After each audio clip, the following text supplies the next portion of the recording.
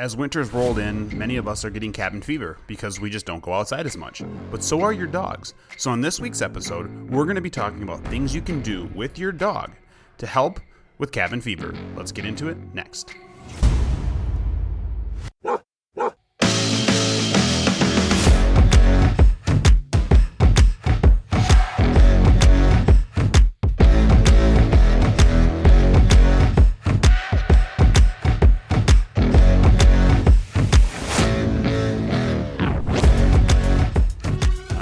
Well, let's get this week's episode going. Hey, everybody, this is Jake from OnDog Training Academy, and you are listening to the Learn, Laugh, Bark podcast. So excited to be here. As we roll into 2024, we are going to be restructuring how the podcasts are laid out. So we're going to be breaking it down into basically 4 different categories every month, 1 a week.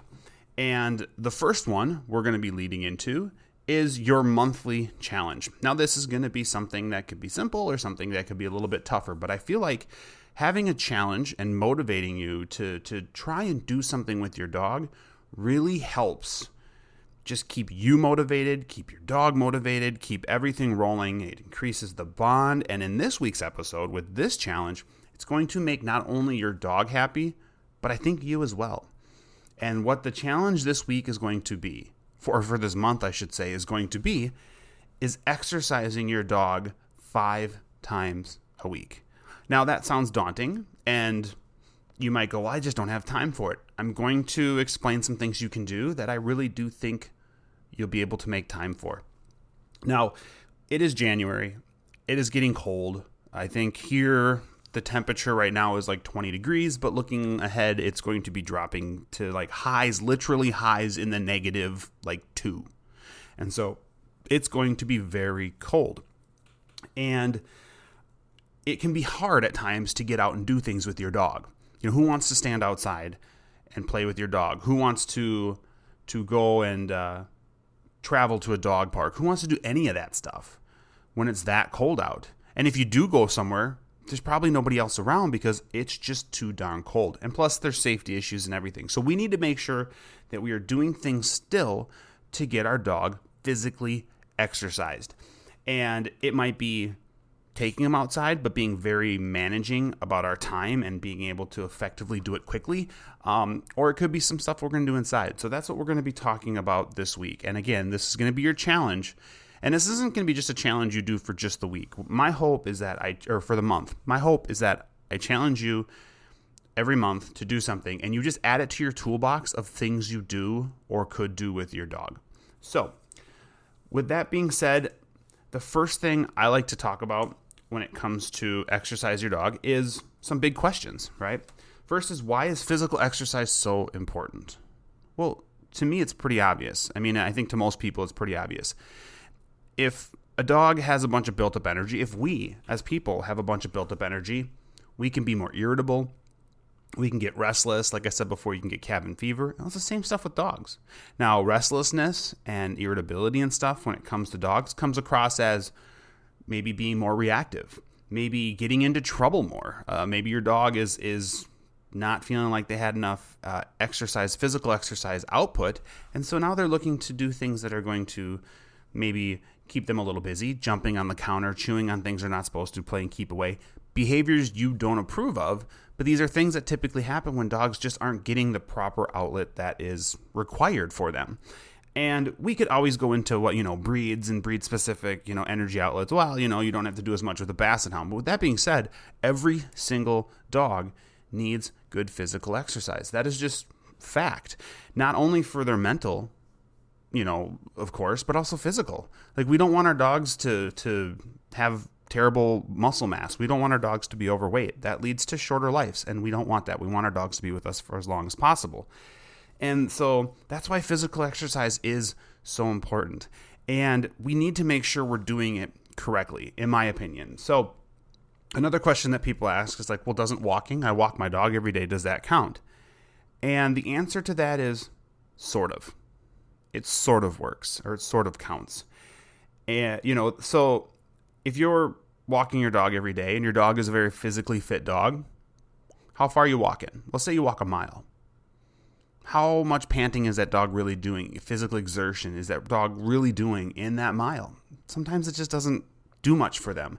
And when they're walking, in my opinion, they're using the same muscle groups over and over and over. And yeah, repetition can obviously lead to muscle exhaustion, but I just don't think the way the dogs are built, I don't think walking your dog really gets energy out as much as you'd think. Now, if you have an older dog, absolutely. If you have an overweight dog, yeah, those walking is certainly a good thing to start. You don't want to have a dog that's very obese or very old and say, hey, we're going to go and climb some mountains and stuff and it's going to be great, because obviously that could be a safety issue. But if you have a typically healthy dog, I would recommend doing some other things instead of walking.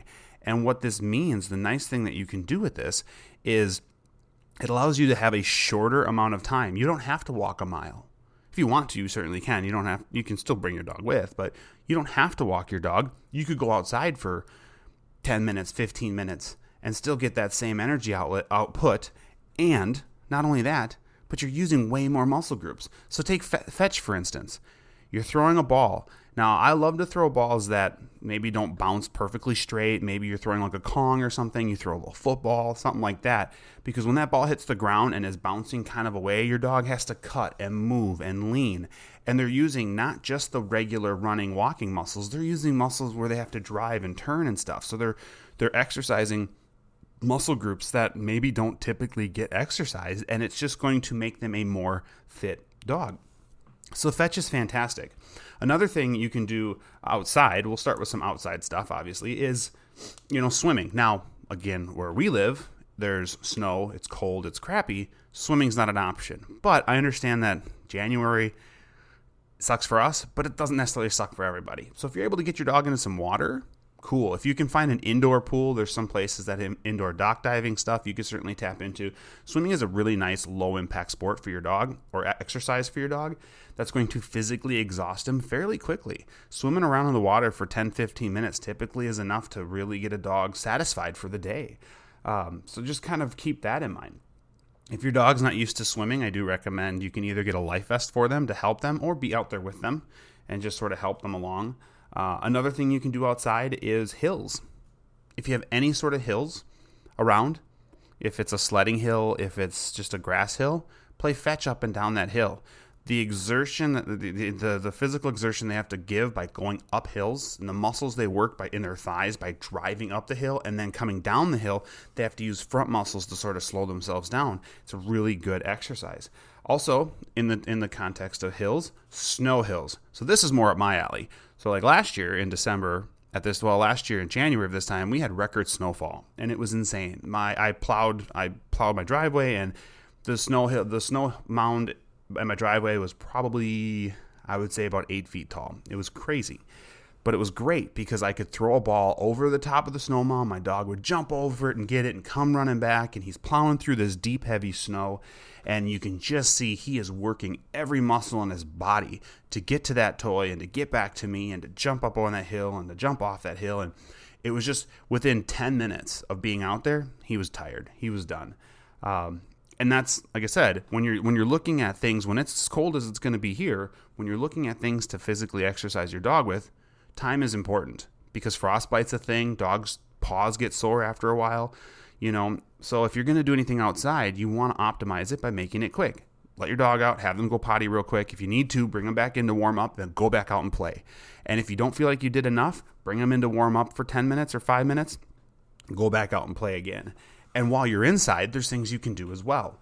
So obviously, tug of war, I personally love playing tug of war with my dogs because you're using neck muscles they typically don't get to use a lot. You're using their jaw muscles. You're using body muscles that are just going to be worked really well, and they're very intense when they're playing tug of war. So I think this is a great exercise. And obviously, I personally let dogs win at times, and then they bring it back to me, and it's just a give and take kind of thing we do. But tug of war is a really good exercise to do. Another thing you can do is stairs. So whether you have 6 stairs at home or you live in an apartment and you have stairs galore, and this is really good for apartment stuff, take the stairs up and down, especially up when you have your dog. This is going to tire them out. If you live on the 4th floor, how many sets of stairs are you doing? 8 at least? So take advantage of it, right? Like, do stairs. At our place, we have a split level, so Stairs consist of going up one set, down the next step, and just kind of going back and forth. And it's just a good way to exercise your dog when conditions outside maybe aren't that great.